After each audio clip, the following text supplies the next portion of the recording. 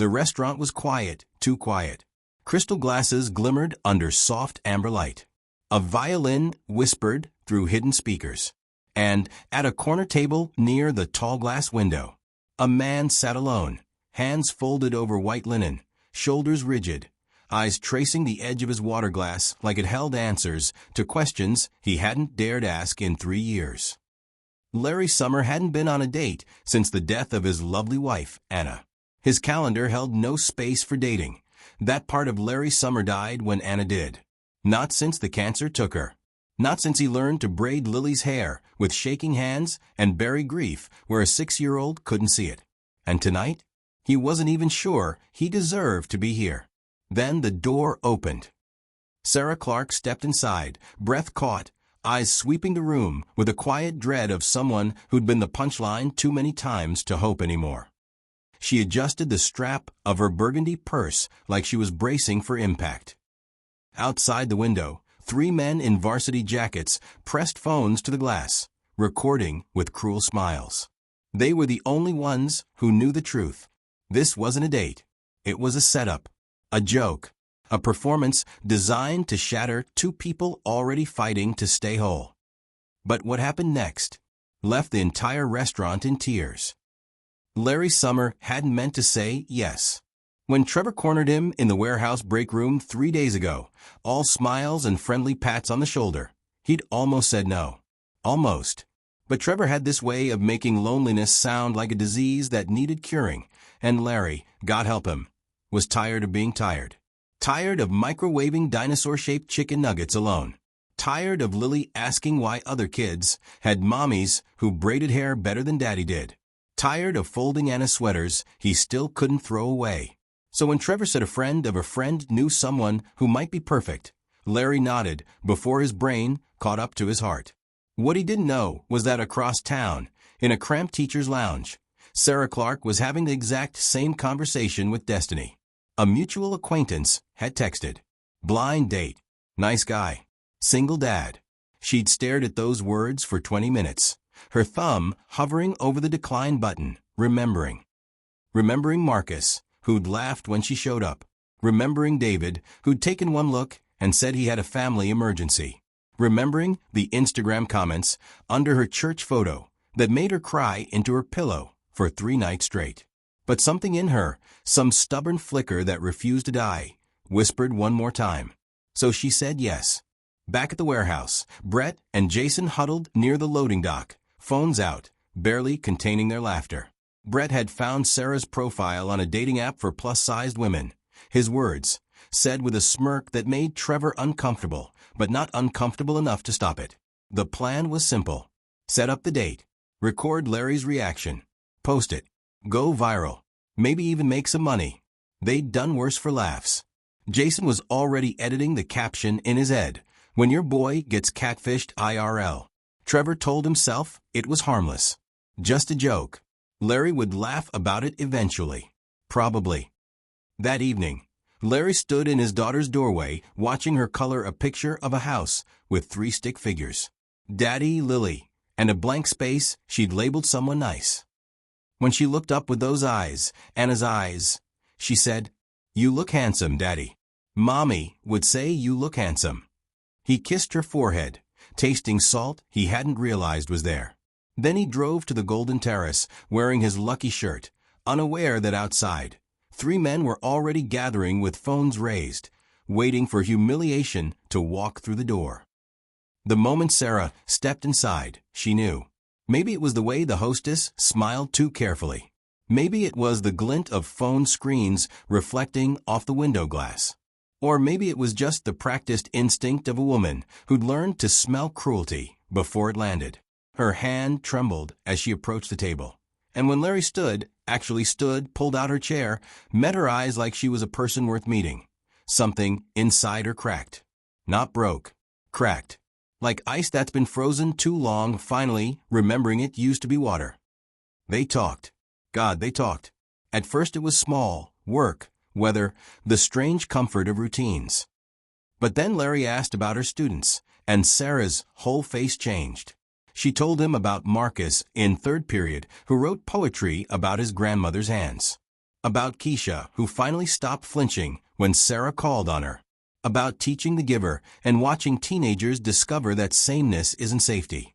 Larry listened like listening was a language he'd studied. He told her about Lily's questions. Why is the sky blue?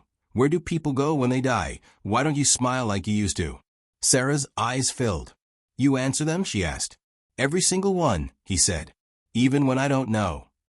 Outside, Brett was getting impatient. Why isn't he leaving? Jason zoomed in tighter. Maybe he's being polite before he bails. Trevor said nothing, watching something he hadn't expected. Connection. Real connection. The kind you can't fake or edit or caption. Then Larry saw them. His eyes flicked to the window, caught the blue glow of recording, the smirks badly hidden behind hands. Understanding arrived slowly, then all at once, a punch that didn't land on his body, but somewhere deeper. He looked at Sara, really looked, saw the fear in her posture that had never fully left, and suddenly he understood that too. She'd known. Maybe not the details, but the shape of it.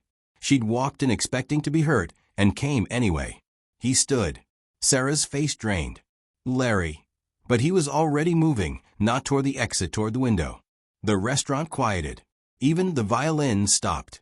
He stepped outside where Brett and Jason stumbled back, Trevor's face going pale. Larry didn't yell. His voice came out soft, surgical. I know my wife is gone. I know I work 2 jobs and smell like cardboard and diesel most days. I know I'm not much to look at anymore. He paused. But I also know that woman in there has more courage in her little finger than the 3 of you will ever have in your entire lives. Because she knew something was wrong, and she stayed anyway. She's been hurt by men like you so many times she expects it now. And she still walked through that door. His voice cracked just once. You wanted to humiliate me. Fine. I've been humiliated by worse than you. By cancer that ignored my prayers, by a daughter asking why mommy isn't coming home, by creditors calling while I'm reading bedtime stories. But her? He pointed back toward the restaurant. She didn't deserve to be your punchline. And honestly, neither did I. Sara was standing when he came back in, purse clutched to her chest, mascara tracking down her cheeks. The entire restaurant was watching now. Servers frozen mid-pour, couples holding hands across tables, an elderly woman dabbing her eyes with a napkin. Larry walked straight to Sara and said the only thing that mattered. I'd like to finish our date. If you'll let me. Her sob came out like a laugh, or maybe a laugh came out like a sob. She nodded, and they sat back down to cold pasta neither of them touched, because words were better than food anyway. They talked until the restaurant closed. About Anna, and how grief lives in your body like a second heartbeat. About Sara's mother, who told her she'd never find love carrying all that weight, and how Sara carried it anyway, because it was hers. About Lily's stick figure drawings and Sara's secret poetry notebooks, and the strange, terrifying hope that maybe broken people can hold each other up. When they finally left, Larry walked her to her car under streetlights that made everything feel like a movie. Can I see you again? He asked. Sara smiled, a real one this time, the kind that reaches your eyes and rewrites your face. I'd really like that. The drive home felt different, lighter. When Larry walked in, Lily was still awake, braids messy, sitting on the couch in her unicorn pajamas. How was your date, Daddy? He sat beside her, pulled her close. It was good, baby. Really good. Lily studied his face with the seriousness only 6-year-olds possess. Then she said it, soft as a prayer. Daddy, I think Mommy sent her to you. Larry's breath caught.